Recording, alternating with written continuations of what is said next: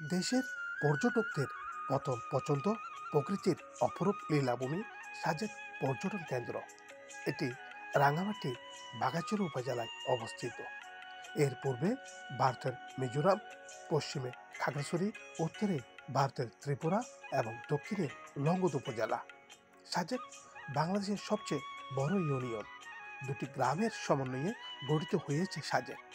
রুলুইপাড়া সমুদ্র পৃষ্ঠ থেকে 1700 ফুট এবং কংলাকপাড়া 1800 ফুট উঁচুতে অবস্থিত। সাজেকে মূলত লুসাই, পাংকুয়া এবং ত্রিপুরা জনগোষ্ঠীর বসবাস। পুরো দেশে সাজেকের কলা ও কমলা বেশ বিখ্যাত। রাঙামাটির অনেকটা অংশ দেখা যায় বলে সাজেককে রাঙামাটির ছাদ বলা হয়ে থাকে। দেশের যে কোনো প্রান্ত থেকে এসে প্রথমে পর্যটকদের খাগড়াছড়ি জেলা সদরে এসে অবস্থান নিতে হবে।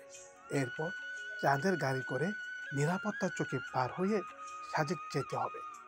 সাজেক রাঙামাটি জেলায় অবস্থিত হলেও পার্শ্ববর্তী খাগড়াছড়ি জেলা হয়ে যেতে হয়।